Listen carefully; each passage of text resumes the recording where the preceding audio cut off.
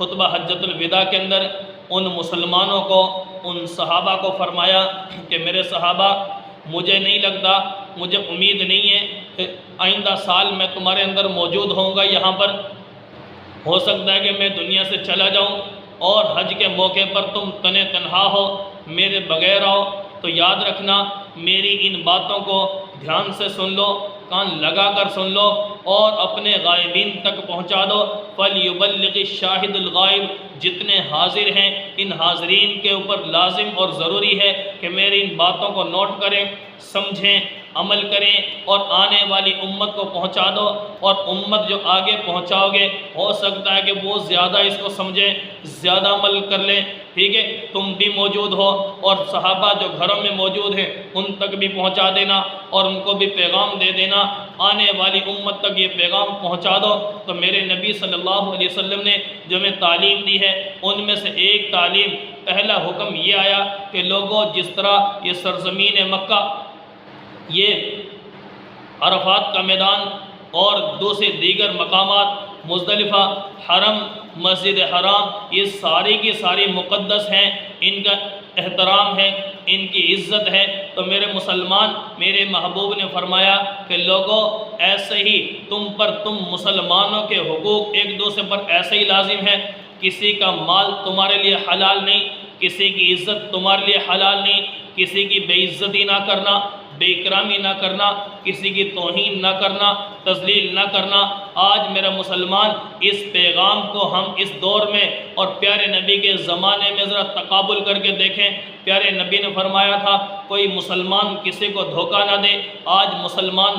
کو دھوکہ دے رہا ہے۔ پیارے نبی نے فرمایا کوئی مسلمان کسی مسلمان کے ساتھ خیانت نہ کرے، آج مسلمان کے ساتھ خیانت کر رہا ہے۔ پیارے نبی صلی اللہ علیہ وسلم نے فرمایا کوئی مسلمان کسی مسلمان پر ظلم نہ کرے، آج مسلمان پر ظلم کر رہا ہے۔ میرے نبی صلی اللہ علیہ وسلم نے فرمایا کہ لوگوں، سود تم پر حرام کر دیا گیا، اور آج میرا مسلمان سود کے بغیر کہتا ہے گزارا نہیں، سودی کاروبار ہے، سودی معاملات ہیں، لین دین ہیں، اور آگے سے مسلمان زبان سے کہتا ہے کہ مسلمان کیا کہہ رہا ہے، سود کے بغیر گزارا نہیں، سود کے بغیر کاروبار نہیں چلتا، سود کے بغیر ہمارے معاملات ٹھیک نہیں رہتے۔ تو گویا میرے مسلمان، میرے نبی نے تو فرمایا تھا سود حرام ہے، اور مسلمان کہتا ہے سود نعوذ باللہ حلال ہے۔ بزبان حال حلال ہی تو کہہ رہا ہے، عمل سے پیچھے نہیں ہٹتا، تو بزبان حال کیا ہوا، حلال ہی کہہ دیا اس نے۔ اسی طرح میرے محبوب نے فرمایا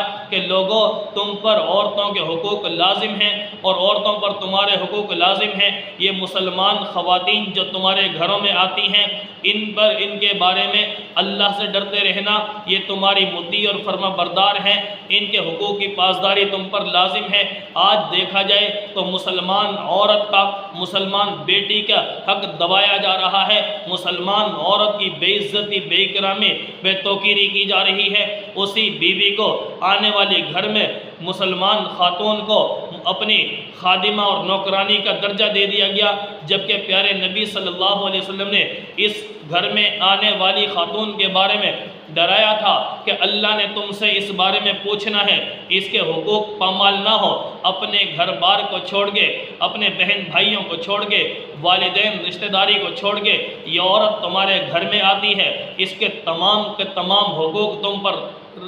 یعنی ان کو مقدم کرنا، سامنے رکھنا تم پر لازم اور ضروری ہے۔ اسی طرح میرے مسلمان، میرے پیارے نبی صلی اللہ علیہ وسلم نے ہمیں بہت سی تعلیمات دی ہیں، اور ان تعلیمات کے آخر میں گویا چند ایک باتیں میں نے ذکر کی ہیں۔ آج ہمیں ان میں ذرا تھوڑا سا سوچنا ہوگا کہ ہم کتنا زیادہ عمل کر رہے ہیں۔ پیارے نبی نے فرمایا اللہ کے ساتھ کسی کو شریک نہ کرنا۔ آج میرا مسلمان شرک میں مبتلا ہو چکا۔ پیارے نبی صلی اللہ علیہ وسلم نے دھوکہ، فراڈ، ان چیزوں سے منع کیا، مسلمان اس میں مبتلا ہو گیا۔ پیارے نبی صلی اللہ علیہ وسلم نے یہ ساری باتیں ذکر کرنے کے بعد فرمایا کہ لوگوں، تم گواہ ہو جاؤ میں نے اپنا دین تم تک پہنچا دیا، اللہ کا پیغام پہنچا دیا، اللہ کی شریعت پہنچا دی، اب تمہارے درمیان صرف دو چیزیں چھوڑ کر جا رہا ہوں، کتاب اللہ و سنت رسولہ، تم پر میری کتاب یعنی قرآن پاک اور میری سنت یعنی میری حدیث، میرا فرمان، میری زندگی، یہ تم پر لازم اور ضروری ہیں، ان دونوں کو مضبوطی سے تھامے رہنا ورنہ تم ہلاک ہو جاؤ گے، برباد ہو جاؤ گے، تباہ ہو جاؤ گے۔ میرے مسلمان پیارے نبی صلی اللہ علیہ وسلم نے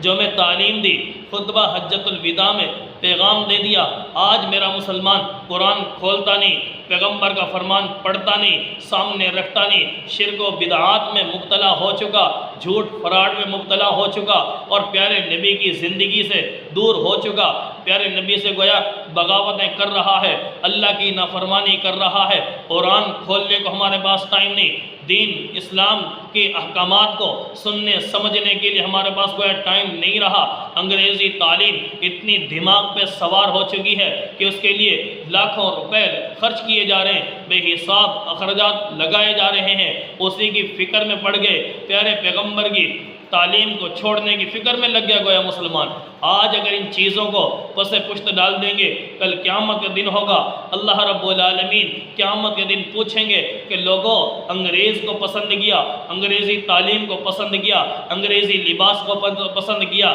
انگریزی طور طریق کو پسند کیا، انگریزی معاملات تخیلات کو پسند کیا، میرے محبوب کی سنتوں کو چھوڑا، محبوب کے لباس کو چھوڑا، محبوب کے قرآن کو چھوڑا، محبوب کے فرمان کو چھوڑا، محبوب کی سیرت کو چھوڑا، محبوب کے کردار کو چھوڑا، ان سارے معاملات میں تم نے فرق کر دیا، تھے تو تم مسلمان لیکن اطاعت انگریز کی کرنے لگے، تھے تو تم مسلمان فرما برداری انگریز کی کرنے لگے، غلامی تمہیں محبوب کی اپنانی تھی، غلامی اپنا لی تم نے انگریز کی، میرے مسلمان بتا تیرے پاس کیا جواب ہوگا؟ آج میرا مسلمان ان باتوں کو بالکل پسے پشت ڈال چکا ہے، تو یاد رکھنا میرے مسلمان، پیارے نبی نے فرمایا قرآن اور میرا فرمان دو چیزیں چھوڑ کر جا رہا ہوں، جب تک ان کی پاسداری کرو گے کبھی ہلاک نہیں ہوگے، گمراہ نہیں ہوگے۔ آج میرا مسلمان نے قرآن کو سننا چھوڑ دیا، پڑھنا چھوڑ دیا، سمجھنا چھوڑ دیا، پیارے نبی کی تعلیمات کو پسے پشت ڈال دیا، جس کی بدولت آج میرا مسلمان گمراہی کی دلدل میں پھنستا جا رہا ہے، بدعات کی دلدل میں پھنستا جا رہا ہے، شرک و رسومات کی دلدل میں پھنستا جا رہا ہے۔ میرے مسلمان آج ہمیں سوچنا ہوگا، سمجھنا ہوگا کہ پیارے نبی کی تعلیم اصل کیا تھی، آج اسی کو اپنانے میں کامیابی ہے۔